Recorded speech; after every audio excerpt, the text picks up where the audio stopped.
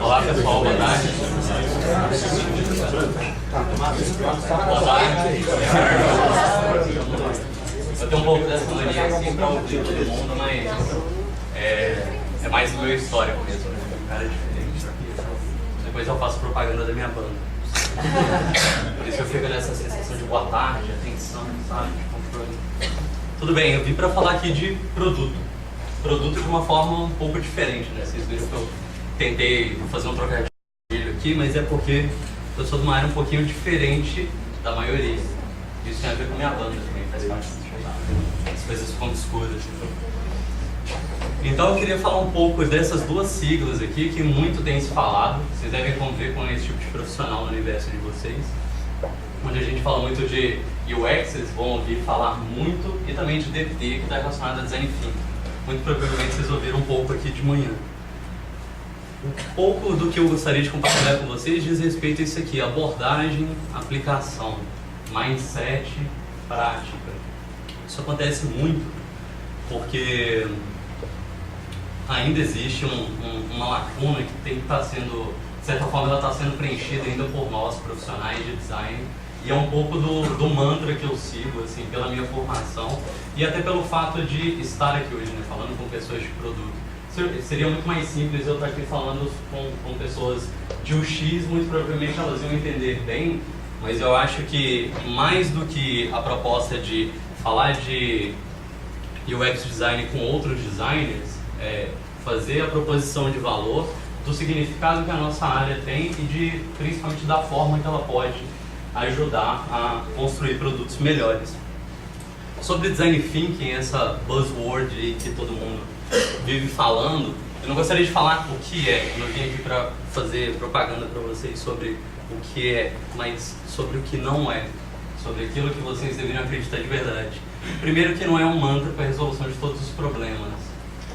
A gente nunca, a partir de hoje, vocês também não devem acreditar que a partir do Design Thinking vocês vão resolver o problema de vocês.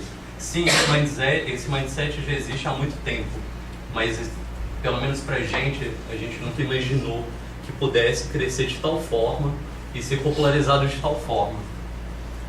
Tem muita gente que fala, coloca um workshop aí nesse roadmap que resolve. Muita gente acha que uma dinâmica de grupo resolve muitas coisas. Muitos grupos, né, se organizam para resolver problemas e nem sempre esses grupos estão prontos para resolver problemas em conjunto. Então o workshop nem sempre, com essa valorização de se fazer co-criativamente, vai trazer significado real para o sucesso do teu produto. E não adianta só ler os livros, né, achar que algo acontece magicamente. Sobre o UX também, o que não é. Não é somente o belo visual que o seu produto tem. Muita gente acha que o UX resolve problemas de produtos. Não existe, faça o UX no meu produto para ele ser melhor. Ele é construído por diversos fatores e a gente vai ver um pouquinho aqui hoje. E meu produto está pronto, mas falta o UX para ficar perfeito. Vocês ouviram muito isso também, né? Essa é a parte mais divertida. Bom, o que eu tenho para compartilhar com vocês é muito de abordagem. Então, assim, eu nem vou... Não é um case que eu trouxe para vocês, mas como a gente pensa. E a gente está falando de uma abordagem centrada nas pessoas. E além disso, mais do que abordagem, é como essa abordagem flui. Ela se dá muito pelo pensamento integrativo. Esse pensamento integrativo, que o Roger Martin cita muito lá, né, nos livros dele, é sobre a habilidade de explorar ideias e restrições opostas para criar novas soluções. O que você acabou de dizer? Mais ou menos isso aqui. Sair de um pensamento que já se corroborou, já faz parte do dia a dia das pessoas, onde a gente está falando de fazer escolhas, para agora criar as escolhas.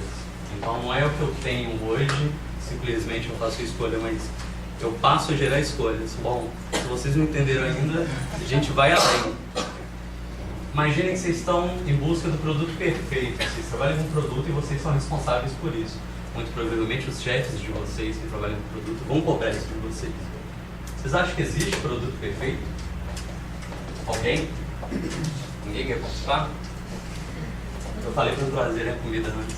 Vocês estão sentindo o cheiro, né? Vou ajudar de novo. Algum produto perfeito? Nenhum. Ninguém acha. Ninguém acha super foda. Foda pode ser, mas perfeito não. Perfeito não. Por que perfeito não? Porque as pessoas que usam sempre têm alguma necessidade que não se. Bom, se vocês ainda tivessem dúvidas, se não fosse a coleguinha aqui para participar, né, não deixar vocês morrendo de vergonha, eu poderia trazer um pouco desse cara aqui. E é legal falar, porque todo mundo relaciona muito coisas boas quando a gente fala de Apple, né? Estou usando um agora.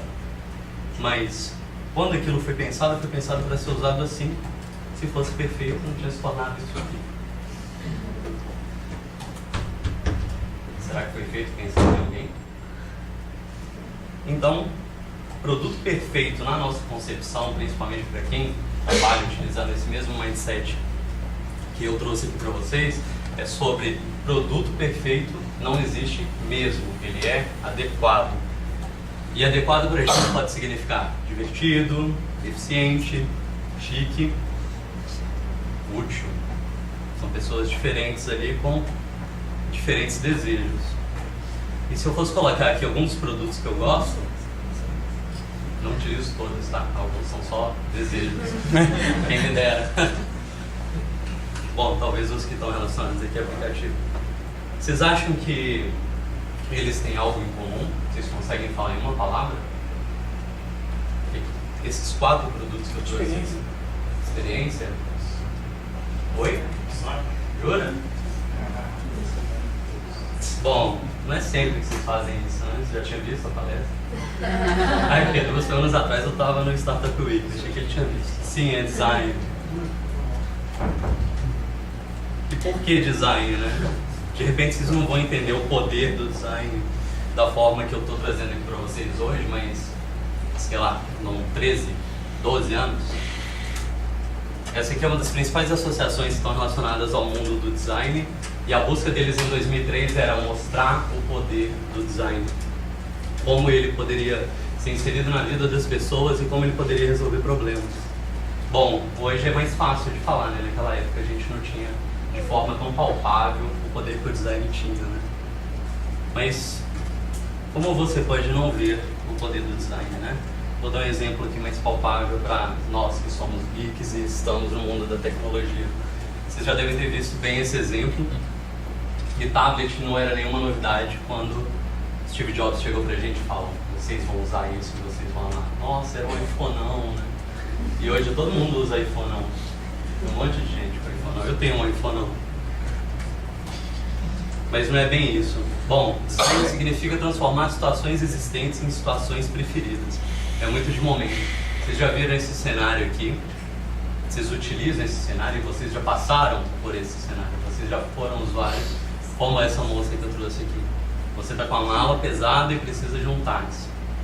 Alguém pensou em mudar um pouquinho o contexto de chamada. Poxa, mas o táxi continua sem ar-condicionado, aquele sol quente e tal. Vamos mandar mais um pouquinho de novo. E aí as oportunidades começam a acontecer, né? Mas o que vem depois? Bom, se vocês estão pensando em construir algo assim, um caminho pode ser sorte. Isso foi o que aconteceu comigo há 3, 4 semanas atrás, foi sorte. Eu não divido mais uma vaga com o vizinho, eu tenho uma vaga própria por 1 ano. Isso foi sorte. O caminho que eu sugiro e que eu acredito e que eu compartilho com vocês hoje é metodologia. E um modelo prático, eu estou falando de equilibrar negócios, pessoas e tecnologia. Isso vocês já devem ter visto, né? O cara que respondeu design, eu aposto que já. Quando eu falo de negócio, eu pergunto sobre ele ser rentável. Quando eu falo de pessoas, se é desejável. E quando eu falo de tecnologia, se é viável. Bom, foi fácil de estruturar? Foi, né? Respondeu aquelas 3 perguntinhas ali partir o projeto.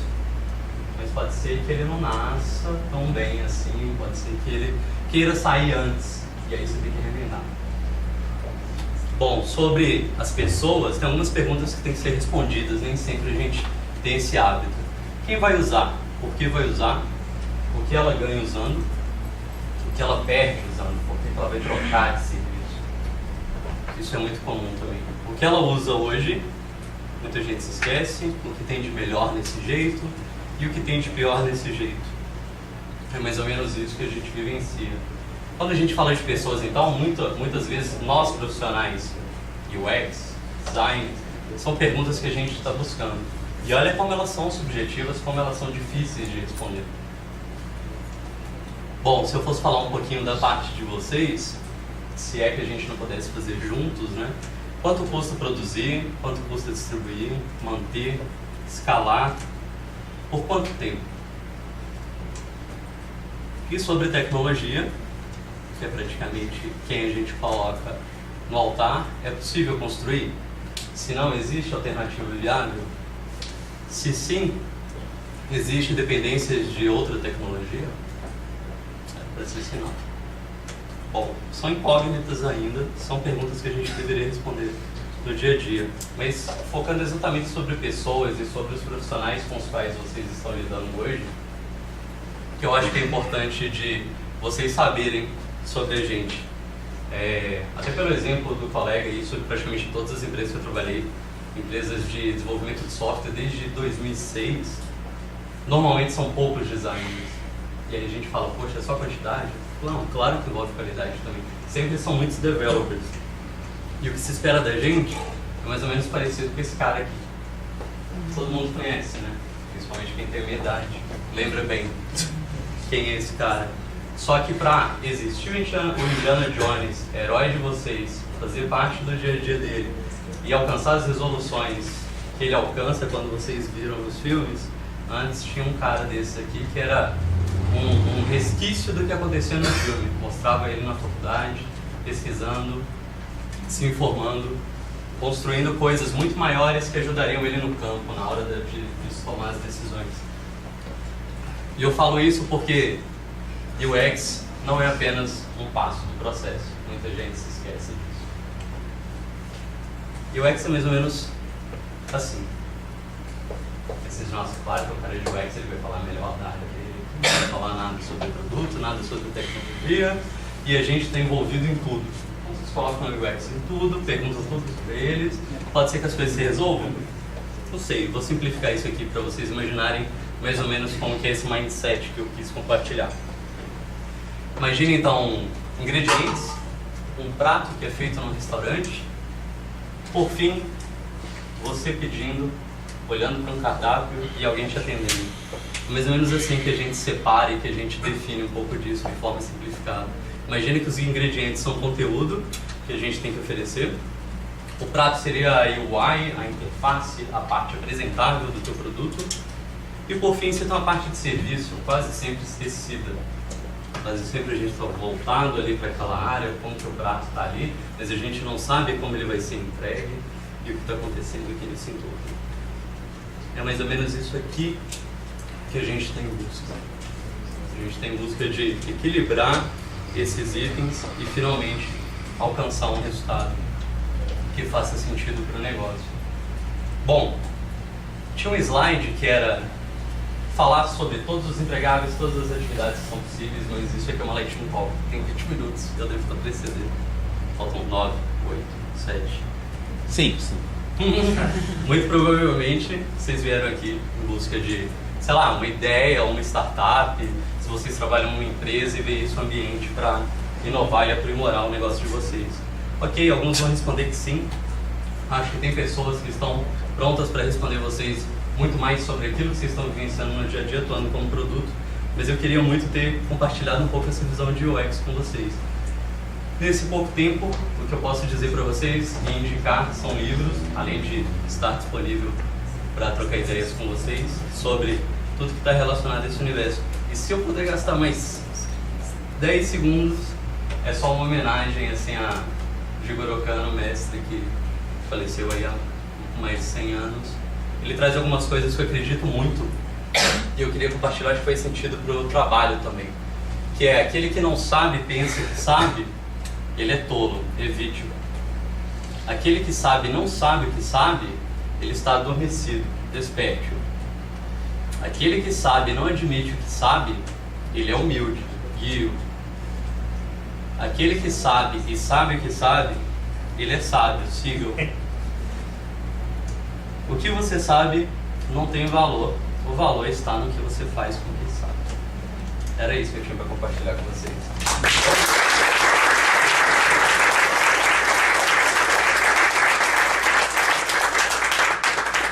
Eu tenho para pergunta? Tem. Todo mundo quer tomar café? Tem 12 segundos para perguntas. Essa é a pergunta? 12 segundos para perguntas. Dá para fazer design no Brasil ou isso é uma coisa só para os Steve Jobs na Vale do Silício? Olha que a gente tem boas tentativas, assim. E eu acredito muito nelas. Bom, eu poderia falar academicamente, eu tenho que falar um produto genuinamente brasileiro. Produto, né? Bom, deixa eu lembrar de um bom produto de design. Bom, mostrei uma cadeira, ainda está entre arte e design, né? Dos irmãos Campana. É bom, além de alguns aplicativos, assim, que são genuinamente brasileiros, eles estão buscando resolver problemas. Eu acredito, eu mostrei o 99 porque eu gosto mais da experiência de uso do 99. Mas a história do EasyTaxi é bem legal e de como foi construído no Rio e como vocês vão saber isso melhor se vocês ouviram o Netcash, é uma outra coisa que eu gosto. E como ele descobriu que taxistas não estavam interessados em usar um aplicativo, mas em... Perdão para os meninos, em como a internet tinha um significado enorme quando ele descobriu que Xvideos era de graça. Foi assim que o EasyTaxi entrou no celular de cada taxista do Rio de Janeiro e expandiu da forma que vocês conhecem.